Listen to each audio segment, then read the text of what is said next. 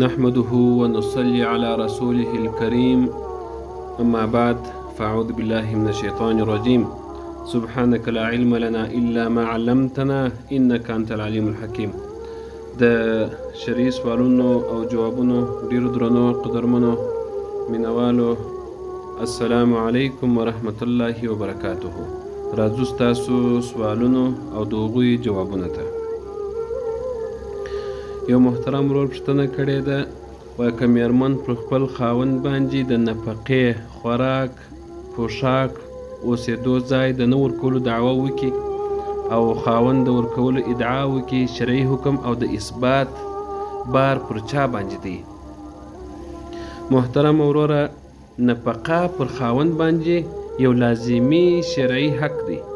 که میرمن قاضي ته شکایت وکړي چې خاوند ورته نفقه نه ده ورکړې او خاوند ادعا وکړي چې ما ورکړې ده، نو په تېره سوې زمانه کې اصل دا دی چې خاوند نفقه نه ده ورکړې، ځکه نو د ثبوت او شاهدانو راوړلو بار پر خاوند باندې دی. که خاوند شرعي شاهدان وړاندې نه کړل سوله، نو د میرمنې څخه به په قسم سره دا خبره منل کیږي چې نفقه یې نه ده ترلاسه کړې او قاضي پر خاوند باندې د تېرې سوي زمانې د نفقې ذمهواري لګوي. خو که د راتلونکي زمانې یا اوسني حالت خبره وي او میرمن د خاوند په کور کې میشته وي، بیا قول د خاوند منل کیږي. فتاوای هندیه الباب الصعبه فی النفقه اول جلد 546 صفحه او رد المحتار سره د دور مختار کتاب الطلاق باب النفقه دریم جلد 588 صفحه. یو بل ور پوښتنه کړې ده، وایي آیا د شرکتونو د برخو اسهامو اخیستل او په بورس یا سټوک مارکیټ کې تجارت کول شرعاً جائز دی؟ د زکات طریقه یې څه ډول ده؟ محترم وروره، د هغو شرکتونو د اسهامو پیرل او پلورل شرعاً جائز دي چې اصلي فعالیت یې مباح او حلال وي، لکه ترانسپورت، تولیدي صنایع، زراعت. که شرکت سودي یا حرام فعالیت کوي لکه د شرابو تولید یا سودي بانکوالي، د هغوی د اسهامو اخیستل حرام دي. د زکات په اړه که هدف د اسهامو څخه د کلنۍ ګټې ترلاسه کول وي، نو یوازې پر خالصه ګټه زکات راځي. خو که هدف تجارت او په بیو کې د بدلون څخه ګټه اخیستل وي، نو د کال په پوره کېدو سره د بازار د هغې ورځې د نرخ د مخې پر ټول مال باندې 2.5 زکات فرض دی، چې مخکې موږ ویلي وو چې په 1,00,000 افغانۍ کې 2.5 زکات دی، یعنی 40 روپۍ به زکات څوک ورکوي. رد المحتار سره د دور مختار کتاب زکات باب زکات المال دویم جلد 298 صفحه او بحر رائق کتاب شرکت 5 جلد 102 صفحه او مبسوط للسرخسی کتاب شرکت 11 جلد 155 صفحه. او یو بل ور پوښتنه کړې ده، وایي که یو شخص په بای سلام کې، سلام د زموږ تاسو خلک چې نن سبا کوي، په بای سلام مخکې له مخکې پیسې ورکول او مال وروسته اخیستل، په دې کې د مال جنس او صفت ونه ټاکي، دا معامله څه حکم لري؟ محترم وروره، بای د سلام په حنفي فقه کې د ثبوت او جواز لپاره سخت شرایط لري، ځکه چې دا د معدن یعنی نه ستا شي پلورل دي. یو شی نه چې خرڅوي، نو چې یو شی موجود چې څوک به خرڅوي. که چیرې د معاملې په وخت کې د تسلیمېدونکي مال جنس مثلا غنم، ورجې، جواري د دې نوعیت یا مثلا وطني که بهرني صفت ښه کیفیت که متوسط، دا ټوله اندازه او د تسلیمي دقیق وخت او ځای په بشپړ ډول باندې روښان او ونه ټاکل سي، نو د جهالت یا د ناپوهۍ د عمله معامله په اتفاق د فقهاو فاسده ده او سمدستي فسخه کول یې واجب دي، تر څو د راتلونکي نزاع د راتلونکي جګړې چې دوی په مابین کې جګړه او جنګ او دعوې سره ونسي د هغو مخه ونیول سي. هدایه کتاب البیوع باب السلام 3 جلد 86 صفحه او بدائع و صنایع په ترتیب الشرائع کتاب البیوع باب السلام 5 صفحه 5 جلد 211 صفحه او همداس فتاوی در هندیه کتاب البیوع الباب الثامن عشره في السلام 3 جلد 104 صفحه. یو بل ور پوښتنه کړې ده وای کغله د یو چا کور ته د شپې ننوځي او د کور خاوند د خپل مال د دفاع په خاطر غل په لاشته یا وسله مړ کړي، په لاشته لرګي یا په یو شي وولي مطلب مړ یې کړي، آیا د کور پر خاوند باندې قصاص یا دیت شته؟ محترم وروره د حنفي فقه له مخې د نفس او مال دفاع د سائل یعنې د یرغلګر په وړاندې دا جایزه ده، خو شرط یې دا دی چې د اسانې لارې پیل سي، الاسهل فالاسهل. که چیرې د کور خاوند غل په چغو تښتي په لښته وهلو شړل سوی وای مګر د مستقیم دغه شخص مستقیم په مرمۍ وویشتي او مړ یې کړي، دغسې غږ یې پله نه پر وکړي چې نارې یې پر وکړلې اوس زموږ د کوره څخه یا یو ډبره پسې ور وغورځوي یا نارې کړي چې خلکو راوځي زموږ کره غله راغلي دي، یا په یو لښته پسې راواخلي پسې وزغلي هغه ځینې وزغلي، دا چا مې نه په وکړي دی چې ماز په کور کې سړی ولدي بس یې ټک پر وکړي. نو د کور خاوند ګناهکارېږي چې د هغسې حالت یې پله نه کړي رامنځته او دیت ورباندې راځي. خو که غل وسلوال و او د کور خاوند د مړنې یا مال د وړلو ویره وه او د وژلو پرته بله هیڅ لار نه وه، نو د غله وینه حدر یا بېځایه ده، نه قصاص ته او نه دیت پرسته. نو دوی خو به غږ نه شي پر کوی کوی زه غږ پر وکړم هغه دیم ټکان راباندې کوي مخکې د دې چې زه ځان ځینې خلاص کړم دوی به زما څخه ځان خلاص کړي. هدایه شرح بدایة المبتدی کتاب الجنایات باب الزمان الجنایات 4 جلد 102 صفحه او همداسې رد المختار على الدر مختار کتاب الجنایات مطلب په دفع صائل په سواد سره دی 6 جلد 542 صفحه او فتاوی هندیه چې علماء فتاوی علمگیریم بولي کتاب الجنایات باب التعسیع په دیت الاعضاء 6 جلد 15 صفحه. یو بل ور سوال کړی دی وای آیا د یوې ښځې دپاره د میړه د مړنې وروسته د هغه په کور کې د عیدې پر مهال د جدي ضرورت لکه د نفقې نشتوالی یا درملنې لپاره د ورځې د خوا د باندې وتل دا جواز لري که نه؟ محترم وروره په حنفي فقه کې د متوفي عنها زوجها هغه ښځه چې خاوند یې مړ سوی وي یعنې کونډه سوي دا خبره کوي او د طلاق سوي ښځې ترمنځ په عیده کې توپیر شته. طلاقه سوې ښځه بیخي د باندې نسي وتلی ځکه نفقه یې پر میړه باندې ده، مګر هغه ښځه چې خاوند یې مړ سوی وي که چمتو سوې نفقه یا مال نه لري او د ژوند د تېرولو دپاره کار کولو ته مجبوره وي نو هغې ته شرعاً اجازه شته چې د ورځې د خوا د کار او ضرورت لپاره د کوره بهر ولاړه سي، خو شرط دا دی چې د شپې له نندارې او ځنډ پرته بیرته خپل د عیدې کور ته راستنه سي او شپه هلته په خپل د خاوند په کور کې تېره کړي. هدایه شرح البدایة المبتدی کتاب الطلاق باب العیده 2 جلد 2 صفحه او همداسې بدایع و صنایع فی ترتیب الشرائع کتاب الطلاق باب الاحکام العیدات 3 جلد 205 صفحه او فتاوی علمگیری کتاب الطلاق باب الرابع عشره فی العیده اول جلد 522 صفحه. یو بل ور سوال کړی دی وای که یو شخص د بل چا مځکه غصب کړي او په هغه کې ودانۍ جوړه کړي یا کښت پکښې کې وکړي د ځمکې د بیرته اخیستلو په وخت کې د ودانۍ او کښت شرعي برخلیک څه دی؟ بیرته د هغه بل د مځکې خاوند باندې زورور خپل مځکه ځینې اخلي نو هغه خو اوس کور پر جوړ کړی دی یا یې باغ پر کښلی دی یا غنم پر کرلی دی نو هغه د چا حق کېږي؟ محترم وروره غصب په شریعت کې سخت جرم دی.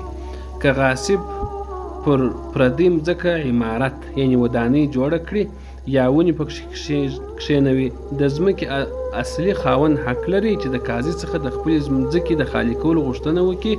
په دې حالت کې پر غاصب لازمه ده چې خپله ودانۍ یا ونې ونړوي او مځکه په پخواني حالت کې اصلي خاوند ته وسپاري، بیرته هغه صفا کړي.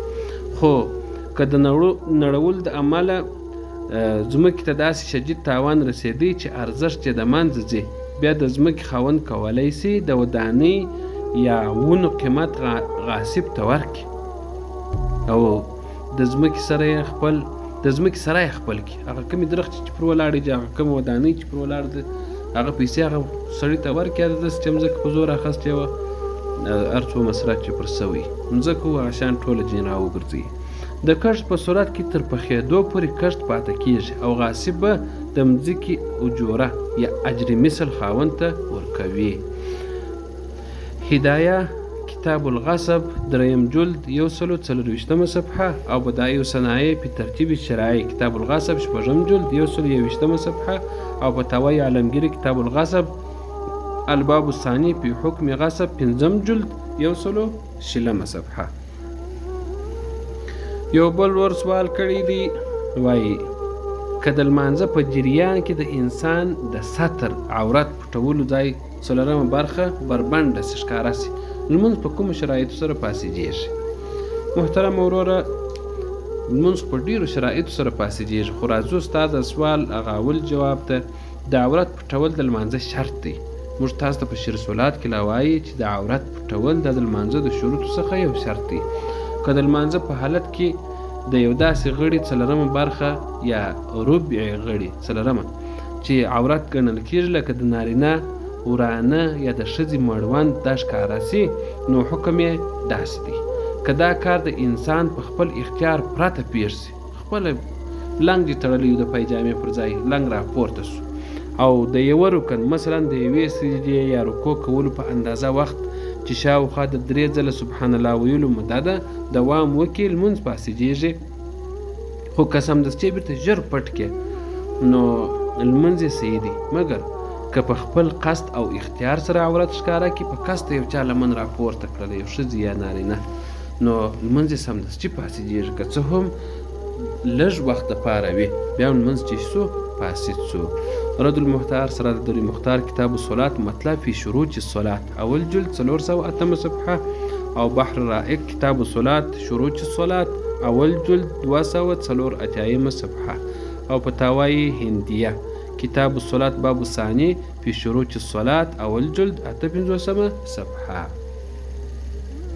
یو بل ورور دا سوال کوي، وای آیا پر امام باندې لازمه ده چې په لمانځه کې د مقتدي د ورسېدو په خاطر خپل رکوع اوږده کړي؟ د دې کار فقهي حکم څه دی؟ یعنې یو امام په لمانځه ولاړ دی چې ده وکتل یو بل څوک را روان دی، دی پر رکوع دی امام، نو دا رکوع یو څه وځنډولو ښه دی چې هغه بل سړی هم دا رکات را سره ونیسي. نو وایي دا څنګه دی د فقه په اصطلاح باندې؟ محترم وروره، د امام ابو حنیفه او امام محمد صاحب رحمت الله تعالی علیهما په نیز که امام په رکوع کې د چا د راتلو اواز واوري، نو د هغه مقتدي د یو ځای کېدو په نیت د رکوع اوږدول مکروه تحریمي دي، ځکه دا په عبادت کې د الله تعالی د رضا پرته د بل چا شریکول شریک په عباده ګڼل کېږي او لمونځ د عامو خلکو دپاره درنوي، پر هغو اوږدېږي درنېږي، دا نور خلک یو سره ولاړ دي.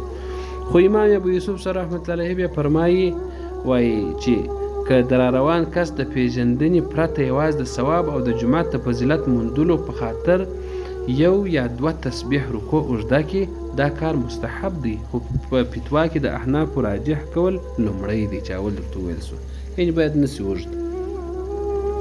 هدایه کتاب الصلات باب صفة الصلات اول جلد 450 صفحه او همدا سورة المختار سره د در مختار کتاب الصلات فصل فی القراءت اول جلد 494 صفحه او فتاوی هندیه کتاب الصلات باب رابع فی صفة الصلات اول جلد 4 صفحه.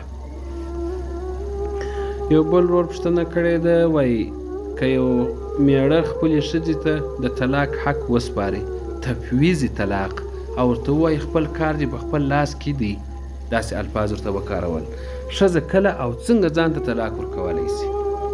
محترم وروره، تفویض طلاق شرعا جائز دی. که خاوند مېرمنې ته ووایي چې امرو کې بیدې کې، یعنې ستا کار ستا په لاس کې دی، نو دا د طلاق د واک سپارل دي.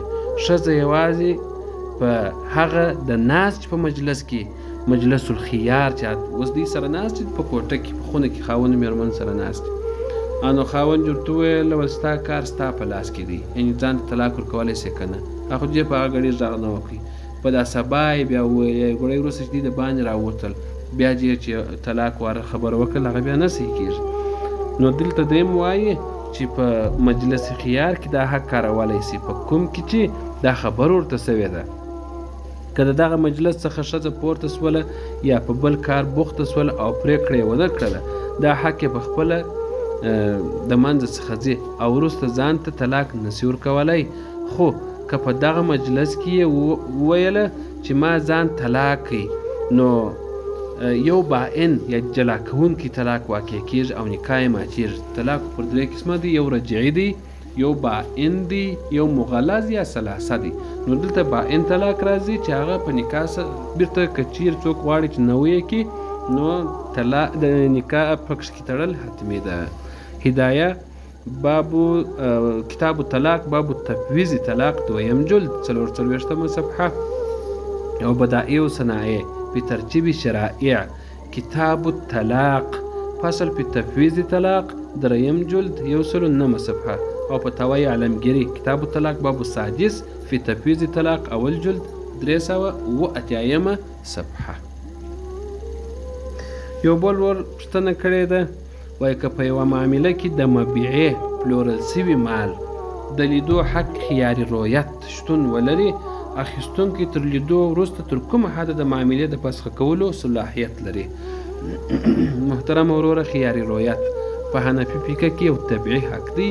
که یو کس داسې مال په پیسو واخلي چې د معاملې پر مهال یې نه وي لیدلی معامله سمه ده خو د لیدلو پورې تړلی دی. کله چې مال راورسیږي او اخیستونکی یې وګوري هغه بشپړ واک لري. که خوښ یې سو مال اخلي اخیستلی سي او که خوښ یې نه سو معامله بیرته فسخه کولی سي. که څه هم مال بې عیبه وي دغه فسخه کول د پلورونکي یعنې بائع رضایت ته اړتیا نه لري. خو که تر لیدلو وروسته اخیستونکي په مال کې د تصرف خرڅولو هیبه کولو یا کارولو نښه وښودله نو بیا یې د فسخ حق د منځ څخه ځي. هدایه شرح بدایة المفتدی کتاب البیوع باب الخيار رویت 3 جلد 45 صفحه. او همداسې بدائع و صنایع په ترتیب شرایع کتاب البیوع فصل په خيار رویت 5 جلد 292 صفحه. او په توای علمگیری کتاب البیوع باب سابع په خيار رویت 3 جلد 63 صفحه. یو بل ور سوال کړی دی وایي که مسافر کس د سفر په جریان کې د لمانځه په قضا کولو مجبوره سي کله چې بیرته خپل وطن ته ولاړ سي مقیم سي نو وطن ته راستون سي دغه قضایي لمونځ به پوره راګرځي که قصر یعنې نیمایي به کوي.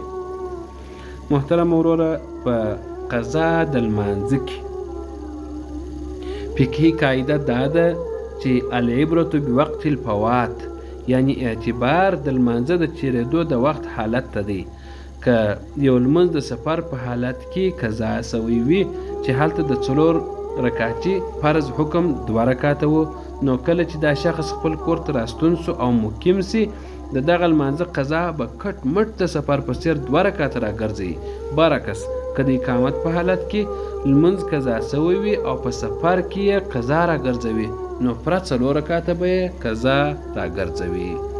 رد المختار سره د دور مختار کتاب الصلاة باب القضاء الفوائد 2 جلد 15 صفحه.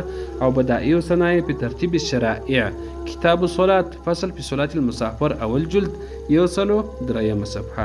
او په توای علمگیری کتاب الصلاة الباب 11 في صلاة المسافر اول جلد 122 صفحه. یو بل ور سوال کړی دی وایي که یو مړی مېرمن یو زوی او یوه لور پرېږدي د احناف په نیز د ترکې میراث تقسیم او د هغه هر یوه برخه په مفصل ډول څنګه حسابیږي. محترم وروره د میراث په دې مسئله کې تر هر څه مخکې د مړي د تکفین او دیونو یعنی قرضو د ادا کولو وروسته پاته مال په لاندې ډول باندې ویشل کیږي. مېرمن زوجه د اولاد د شتون د عمله د قرآني نص پر بنسټ 8مه برخه دا فرضي اخلي چې هغه دا ذوي الفروض څخه ده، او پاته مال 7.8 د زوی او لور ترمنځ د عصبې په توګه د لذکر مثل حظ الانثیین د نارینه برخه د 2 ښځو برخه ده قاعدې سره سم ویشل کیږي چې مال په 3 برخو ویشل کیږي، 2 برخې زوی ته او 1 برخه لور ته رسیږي. په ټولیز ډول د مسلې تصحیح د 4 څخه کیږي، مېرمنې ته 3 برخې، زوی ته 14 برخې او لور ته 7 برخې ورکول کیږي. سراجي په میراث شرح شرفیه باب السمن و باب العصبات صفحه 25 او رد المختار على عبد المختار کتاب الفرائض 8 جلد 255 صفحه او فتاوی هندیه کتاب الفرائض باب ثانی فی ذوی الفروض 8 جلد 450 صفحه.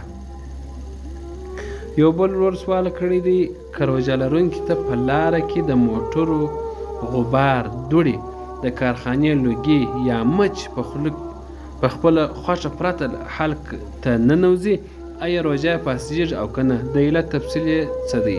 محترم وروره د احناف په نیز په اتفاق سره که چیرې د موټرو خاورې، غبار یا د اشپزخانې او فابریکو دودونه یا لوګي یا مچ او غماش د روژه لرونکي د قصد او اختیار پرته په خپل حلق ته ستنې ته داخل سي، روژه نه په ماتېږي، ځکه چې د دې څخه ځان ساتل د انسان په وس کې نه دي او په شریعت کې عموم البلوي یعنی سخت مروج عذر ګڼل کیږي.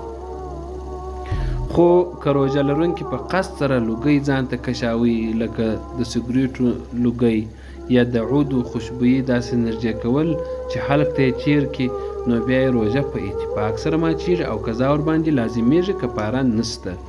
الهدایه کتاب الصوم باب ما یوجب القضاء والکفاره اول جلد 121 صفحه او رد المختار سره د دوری مختار کتاب الصوم مطلب فی حکم دخول الغبار فی الحلق 2 جلد 395 صفحه او فتاوی هندیه کتاب الصوم الباب الرابع فی ما یفسد و ما لا یفسد اول جلد 203 صفحه.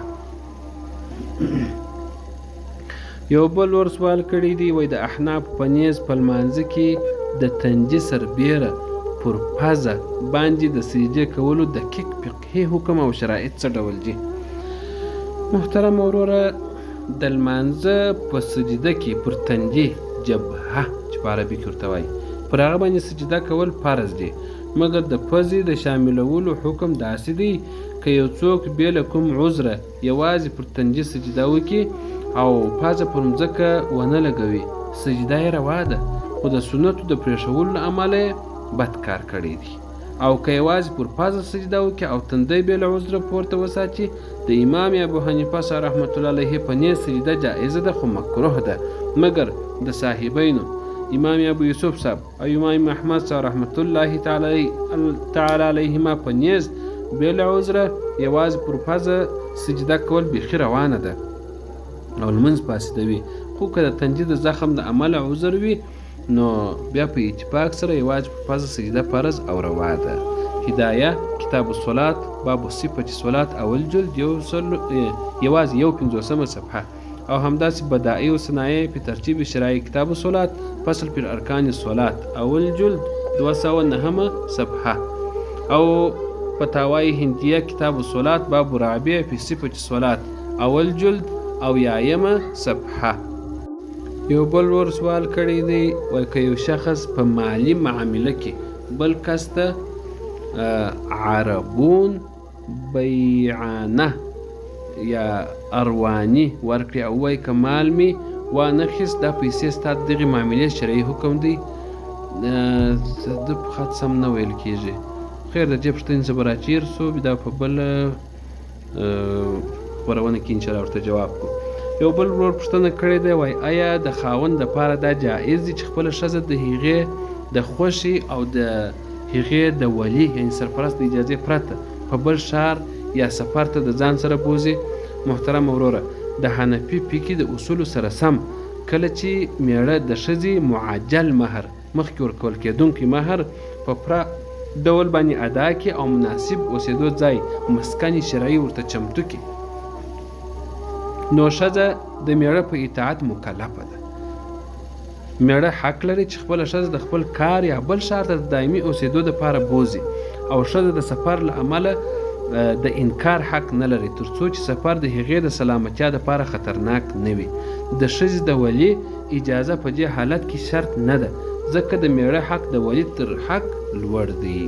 هدایه کتاب الطلاق باب النفقه 2م جلد 6 صفحه او همداسې بدایع الصنایع په ترتیب شرایع کتاب النکاح باب الحقوق الزوجه 4م جلد 18 صفحه او فتاوی هندیه کتاب النکاح باب 17 په نفقه اول جلد 550 صفحه. یو بل ور پوښتنه کړې ده، وایي که امام په داسې حالت کې چې لا یې د لمانځه سلام نه وي ګرځولی او داسې مات سي د خلیفه ځای ناستې د ټاکلو طریقه او د لمانځه د پوره کولو تفصیل یې څنګه دی؟ محترم وروره دغه مسلې ته په فقه کې الاستخلاف یا نائب ټاکل وایي. که د امام په خپل اختیار پرته او دس مات سي نو هغه باید سمدستي خپله پزه په لاس کې ونیسي تر څو خلک فکر وکړي چې پزه یې ونیسوې ده او د امام حیا خوندي سي او د چا د سب څخه یو داسې مقتدی چې د لمانځه د مسائلو باندې پوه وي د لستوڼي په کشولو سره یا اشارې سره خپل ځای ته میراب ته راکش کړي. که خلیفه مسبوق ناوخته راغلی وي دغه څوم یو رکعت تېر سوی وي هغه به د امام لمونځ تر سلام پورې رسوي او بیا به په اشارې بل پوره مقتدی یعنې هغه مقتدی چې هغه لمونځ پوره کړی وي هغه ته واک ورکوي چې هغه راسي سلام وګرځوي د مقتدیانو سره یو ځای. هدایه کتاب الصلاة باب الحدث فی الصلاة اول جلد 18 صفحه او بدائع الصنایع په ترتیب شرایع کتاب الصلاة فصل په بیان ما یستخلفه اول جلد 222 صفحه. فتاوی علمگیری کتاب الصلاة الباب الخامس فی الامامت فصل فی الاستخلاف اول جلد 9 صفحه. نو یو بل ور پوښتنه کړې ده، دا یوه پوښتنه ملا جواب کړو نور به دلې باره پرېږدو. که یو شخص پر بل چا باندې د چیرو څو کلونو د غصب سوي مال یا نغدو پیسو په سر د انفلاسیون د پیسو د ارزښت د کموالي په اندازه د زیاتوالي دعوا وکړي احناف څه فتوا ورکوي؟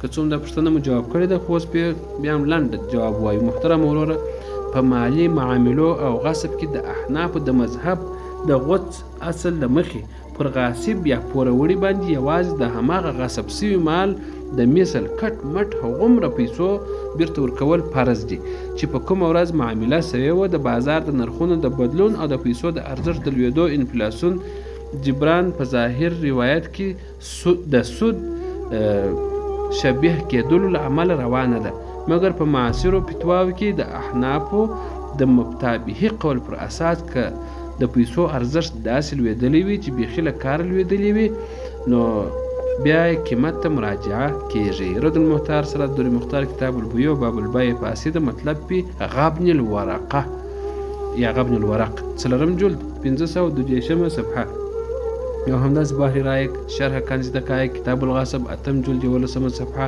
او فتاوی هندیه کتاب الغصب باب الثالث فی زمان الغصب 5م جلد 115 صفحه.